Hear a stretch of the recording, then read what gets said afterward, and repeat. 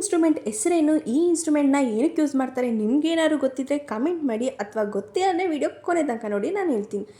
Sir ಬರೀತಿರೋದು ನನಗೆ ಅರ್ಥ ಆಗ್ತಿಲ್ಲ, ನಾನು ಬರೆಯೋದಂತೂ ಸರ್ಗಂತೂ ಅರ್ಥ ಆಗಲ್ಲ. ಇಷ್ಟೇ ನಮ್ಮ ಲೈಫು. ಹಾಯ್ ಹಲೋ ಎಲ್ಲರಿಗೂ ವೆಲ್ಕಮ್ ಬ್ಯಾಕ್ ಟು ನನ್ನ ಮಿನಿ ವ್ಲಾಗ್. ನಾನು ನಿಮ್ಮ ಹಾಸನ ಹುಡುಗಿ ಅಮ್ಮು. ನಮಗಂತೂ ಕ್ಲಾಸ್ ಯಾವಾಗ ಬಿಡ್ತಾರೋ, ಯಾವಾಗ ಬ್ರೇಕ್ ಬಿಡ್ತಾರೋ ಅಂತಲೇ ಕಾಯ್ತಾ ಇರ್ತೀವಿ. ಗೈಸ್ ನೋಡಿ, ಯಾರಿಗೂ ಕೊಡಿಸ್ದಂಗೆ ಅಮ್ಮೆ ಥರ ತಿಂತಾಳೆ ಒಬ್ಳೇನೆ. ಅದು ನಾನು ತಿಂದಿಲ್ಲ ಇನ್ನೂ, ನಾನು ನಿನಗೋಸ್ಕರ ತಂದಿದ್ದೀನಿ. ಅದನ್ನ ತಿನ್ನೋಕ್ಕೆ ಅಂತ ತಂದ್ಕೊಡೋಕೆ ಹೋದ್ರೆ ಕೊಪ್ಪು ತೋರಿಸ್ತಾರೆ, ಬೇಡವಂತೆ ನಾನೇ ತಿನ್ಕೊತೀನಿ. ಇವರಿಬ್ರು ಜಿಮ್ಮಿಗೆ ಹೋಯ್ತಾರೆ, ಅಲ್ಲ ಇವರಿಬ್ರು ಜಿಮ್ಗೆ ಹೋಯ್ತಾರೆ. ಶುಗರ್ ಕಟ್ ಆಫ್ ಮಾಡಿದ್ರೆ ಸ್ವೀಟ್ ತಿನ್ನೋಕೆ ಇದರಲ್ಲಿ ಏನು ಸ್ವಲ್ಪ ಇರುತ್ತೆ ಅಷ್ಟೇ, ಬಕಾಸುರು ಅಂಬ್ಸ್ತಾರು. ಮುಂದಿನ ಜನ್ಮದಾಗ ಸಿಗ್ಬೇಡ. ನನ್ನ 30 ವರ್ಷದ ಜೀವನದಲ್ಲಣ್ಣ ಅಣ್ಣ ಒಬ್ಬರ ಜೊತೆ ಕಿತ್ತಾಡಿಲ್ಲಣ್ಣ. ನಾನು ಅಷ್ಟು ಒಳ್ಳೆ ಹೆಸರು ತಗೊಂಡಿರೋ ಹುಡುಗ ನಾನು ಪೆರೇಸ್ ಅಂದ್ರೆ. ದೆನ್ ನಮ್ಮ ಹುಡುಗಿನೆಲ್ಲ ಮಾತಾಡ್ಸ್ಕೊಂಡು ಕ್ಲಾಸ್ ಕಡೆ ಬಂದೆ. 3 ವರ್ಷ ಇಂಜಿನಿಯರಿಂಗಲ್ಲಿ ಸಿಲೆಬಸ್ನೇ ಕರೆಕ್ಟಾಗಿ ಓದಿಲ್ಲ, ಇನ್ನು ಈ POSನ ಓದ್ತೀವ.